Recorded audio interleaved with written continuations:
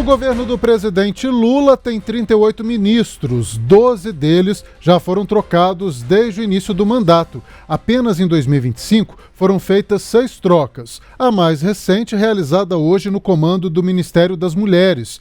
De saída, Cida Gonçalves foi alvo de denúncias de assédio moral por servidores da pasta. A ministra, claro, nega, mas outro desgaste no governo. Vamos ouvir o que diz a ministra. Não contou a questão do assédio, acho que é importante dizer isso, não contou a discussão do assédio. Aliás, eu gostaria de dizer aqui que foi arquivado o processo na Comissão de Ética, apesar disso estar sendo dito permanentemente, isso foi arquivado, não existe, nós não temos denúncia no Ministério das Mulheres, portanto, isso é tranquilo, tanto para mim quanto para o presidente. Agora, por favor, falem com a Márcia. A senhora está decepcionada? Não, eu estou tranquila, leve, feliz, né? Eu acho que não é uma troca, gente. Eu acho que é importante que vocês entendam isso. Não é uma troca por incompetência, por assédio, por rixa. Não é isso. É uma troca de rumo, de momentos. Tem hora que você está no limite do esgotamento daquilo que você pode avançar, ampliar, e gente nova chega com um novo olhar, com uma outra perspectiva. Eu acho que é isso. Isso é da minha parte, né, da ministra Cida Gonçalves, da militante Cida Gonçalves e da mulher Cida Gonçalves, que o presidente captou, entendeu, e eu acho que é isso que é importante dizer. Por outro lado, o presidente Lula nomeou uma antiga conhecida, Márcia Lopes. Em 2010, no final do segundo mandato dele, ela foi nomeada para o Ministério do Desenvolvimento Social e Combate à Fome, cargo que ocupou por 9 meses. Agora, a nova ministra das Mulheres afirma que vai ampliar as políticas públicas. O presidente Lula sempre muito preocupado. Hoje ainda eu lembrava com ele, nós fomos numa grande assembleia, numa plenária em São Paulo, onde havia uma parceria com a CEBIC, com a Confederação da Construção Civil, e as mulheres do Bolsa Família estavam sendo contratadas para trabalhar na construção civil, para fazer os acabamentos, e quantos elogios às mulheres, e a luta das mulheres. E o presidente Lula olhava para elas, a maciça maioria de mulheres negras, e dizia: por que elas não têm dente? Por que elas estão assim? Nós temos que dar conta disso. E essa conversa que eu tive muito, assim, francamente, com o presidente. A política de mulheres, ela é uma política intersetorial. Não é desse ministério que sai a execução direta dos serviços e das políticas públicas setoriais. Então, este é o momento, e a Cida bem falou, de tudo que avançaram, de tudo que articularam, e a Cida vai continuar sendo essa militante, não é? Das causas e da defesa das mulheres, da dignidade, dos direitos, da democracia. E agora a gente vem para continuar, para ampliar, para ir ao encontro dessas mulheres em todo o Brasil. Mesmo assim, o governo ainda enfrenta dificuldades de conexão com o Congresso e com a própria população, com a base eleitoral de Lula. O presidente tem sido atropelado por fatos que fogem ao seu controle, como os escândalos nos ministérios da Previdência e também das Comunicações. Lara Alves, que situação, hein? A gente mais uma troca de ministra hoje no Ministério, a 6ª do ano de 2025. E por mais que a ministra negue que não tem nada a ver com as denúncias de assédio que ocorreram dentro da pasta, mas é mais um desgaste para o governo Lula, né?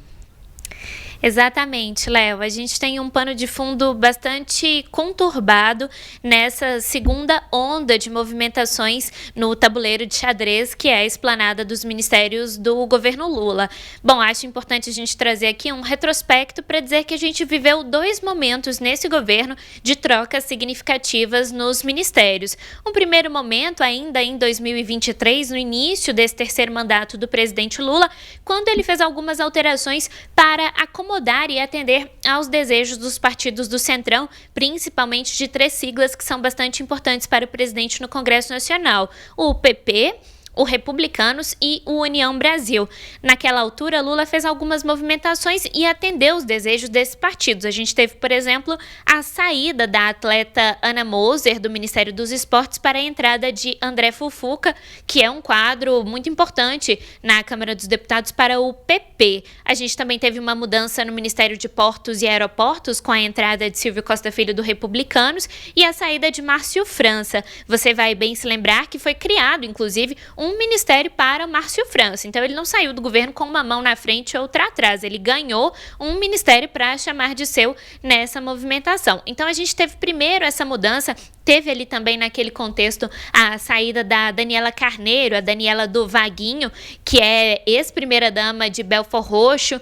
Lula tem uma relação muito próxima com o Vaguinho, que era o então prefeito de Belford Roxo, e acomodou Daniela Carneiro ali quase como um quadro dele, apesar dela ser filiada até então a União Brasil. O que aconteceu naquele cenário foi que ela estava brigada com o partido, houve um momento de divórcio entre o União Brasil e Daniela do Vaguinho, existia também uma cobrança muito grande em cima dela para dizer que a presença dela na esplanada dos ministérios não revertia votos do União Brasil para o presidente Lula. Então, nesse cenário conturbado, ela acabou trocada por outro quadro do partido, o então deputado federal Celso Sabino. Agora, a gente vê uma movimentação muito diferente.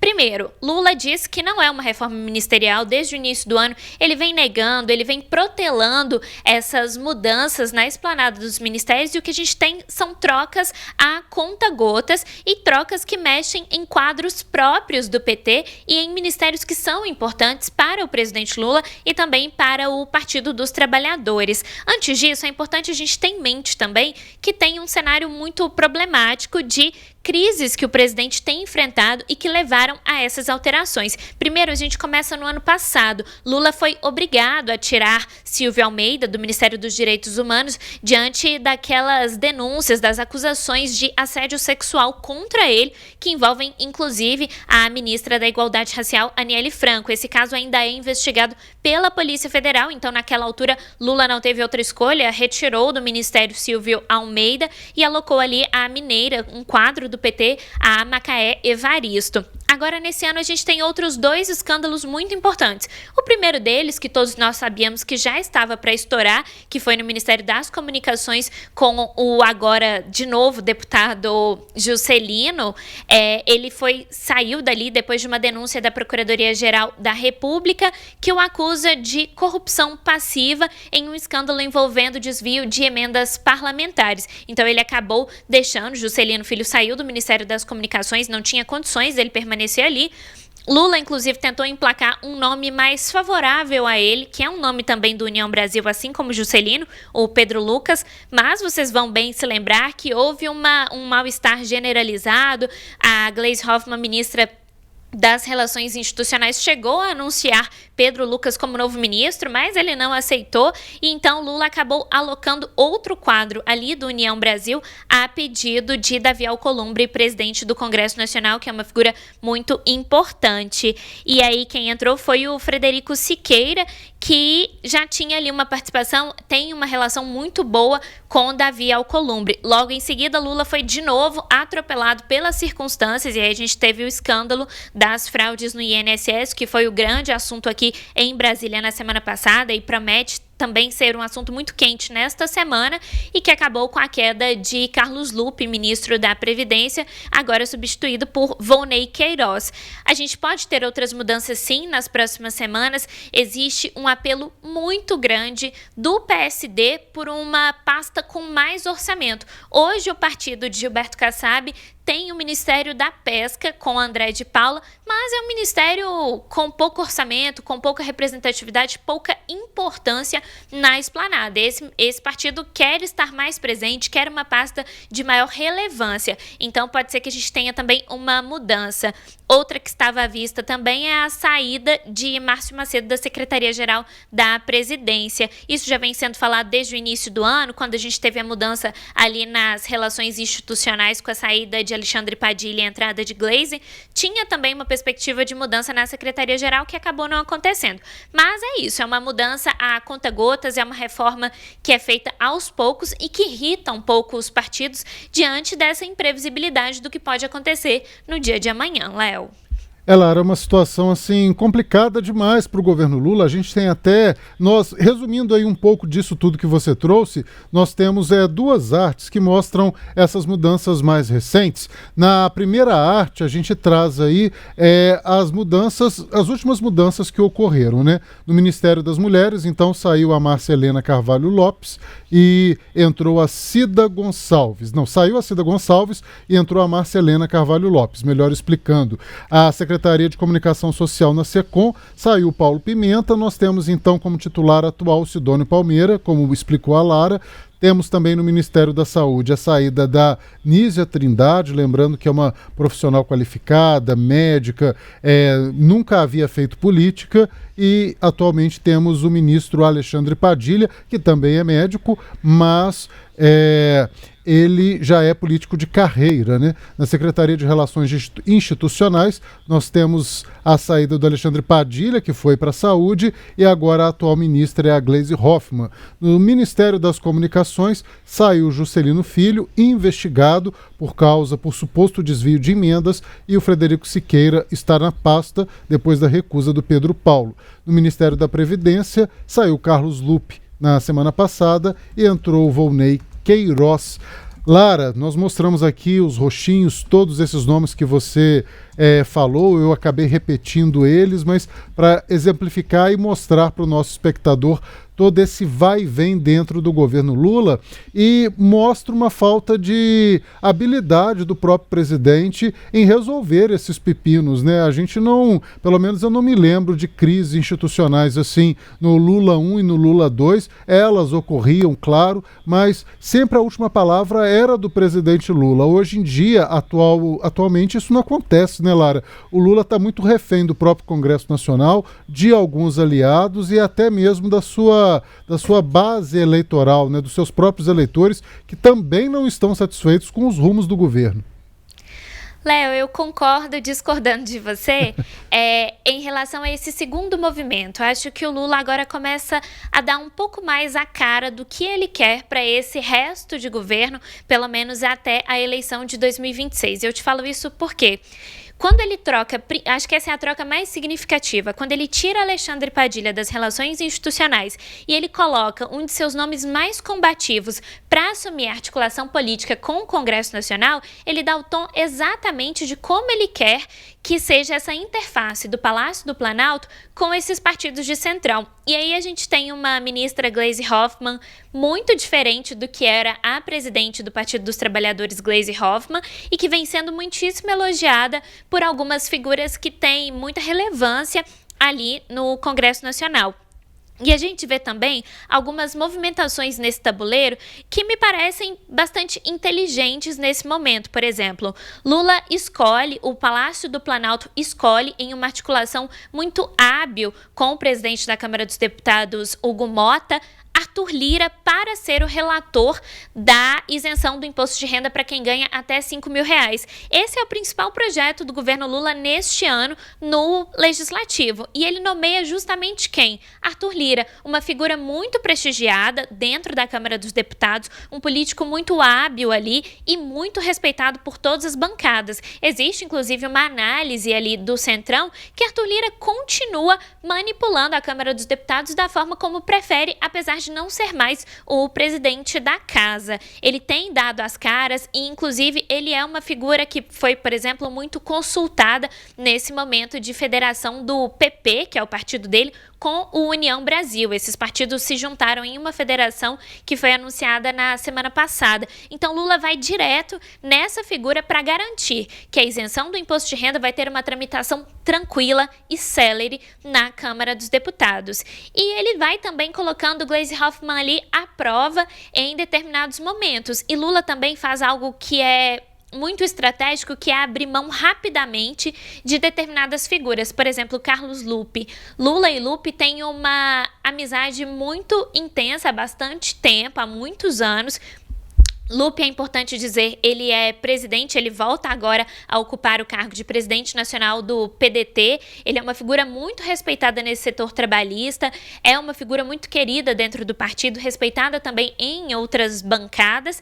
E aí Lula abre mão muito rapidamente dele. Quando ele viu que já não dava mais para segurar o Lupe, Lula solta a mão dele e opta por colocar o secretário executivo do Ministério da Previdência no lugar como titular da pasta para tentar abafar um pouco todo o escândalo que foi gerado pelas fraudes no INSS que foram identificadas pela Polícia Federal. Então, acho que chegou um momento do governo que Lula precisa tomar decisões muito rápidas e sabe que precisa dar as caras. Ele sabe que não dá mais para ele continuar tão encastelado no Palácio do Planalto quanto ele esteve nesses últimos anos desse terceiro mandato. Se ele, de fato, vai às favas, vai para a linha de frente, isso é algo que a gente só vai poder saber nos próximos meses. Mas, por exemplo, há mais ou menos 3 semanas, se não me engano, Lula teve um jantar com o colégio de líderes, com os líderes principalmente ali da base e do Centrão, na residência oficial da Câmara dos Deputados, que é algo que ele é muito cobrado. Lula estava muito distante do Congresso Nacional, era cobrado de ser mais presente e agora ele está tentando ali. Se ele vai continuar com essa estratégia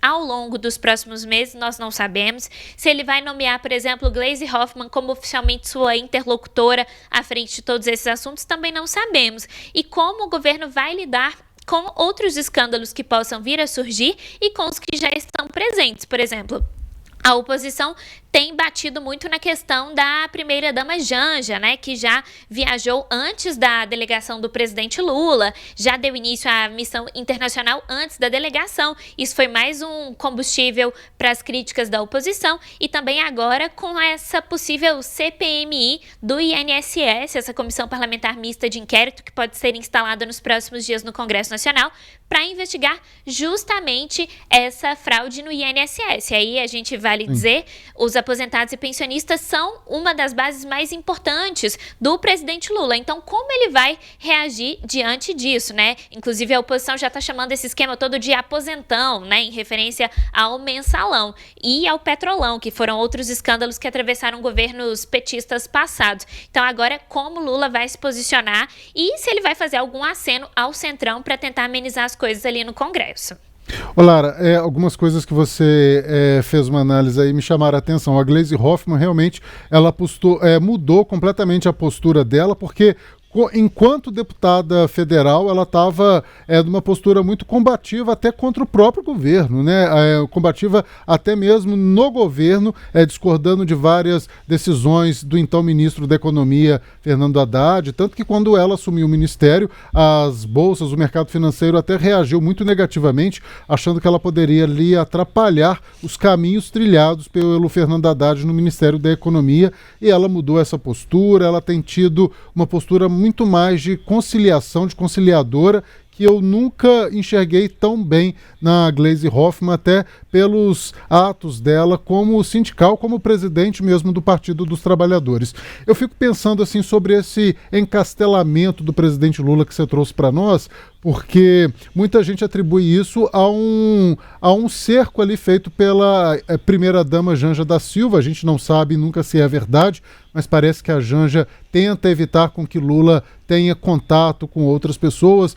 Ele deixou de receber prefeitos, vereadores, governadores com tanta frequência como ele recebia nos governos anteriores. Mas eu fico pensando também no número de ministérios. São 38 ministérios e eu acredito que isso acaba também dificultando para que o governo consiga controlar tudo, né? A gente está numa era muito mais tecnológica, onde todos os ministros têm a sua própria assessoria, têm a sua própria rede social. Acaba que o presidente Lula não consegue controlar a informação de uma certa maneira e nem mesmo determinar o que os ministros devem ou não fazer. Lembrando que no governo de Jair Bolsonaro nós tínhamos 22 ministérios já ali no final de 2022. A ideia de Bolsonaro era ter menos de 20 ministérios. Ele viu que isso não foi possível, mas 38 ministérios acabou sendo demais na minha avaliação. Lara?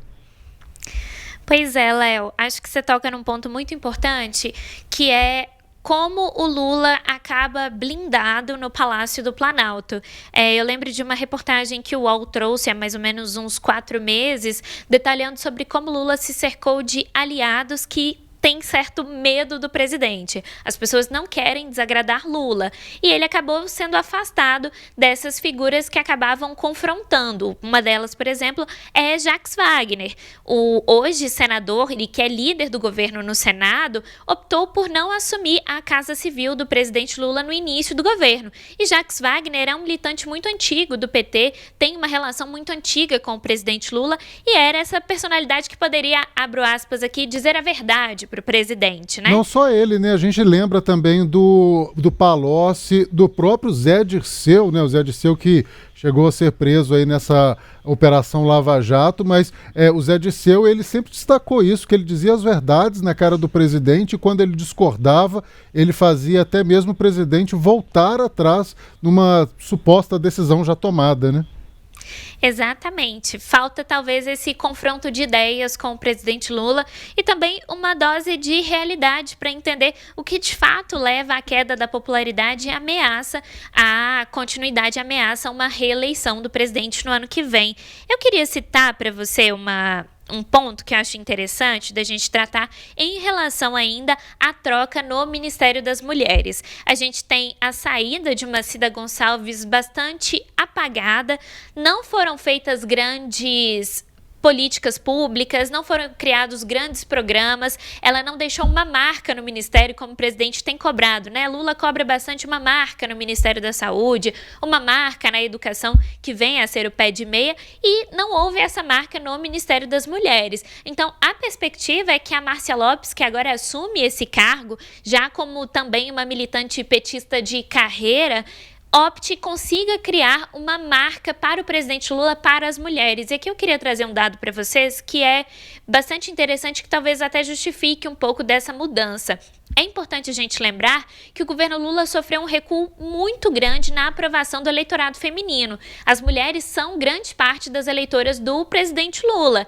E houve um recuo. Eu trouxe aqui, a última pesquisa que foi feita mostra que as mulheres, a avaliação positiva das mulheres em relação ao governo do presidente Lula caiu de 38% para 24%. Então, falta dar uma resposta para esse eleitorado. Hoje, a Márcia Lopes participou ali de um quebra-queixo, né, uma entrevista rápida com os jornalistas e falou que o presidente cobrou dela uma mudança, cobrou dela políticas de fato para as mulheres. E agora é saber como ela vai se comportar e se de fato vai ter uma grande política pública no Ministério das Mulheres que justifique tanto a existência do Ministério quanto esse olhar do presidente Lula para seu eleitorado feminino.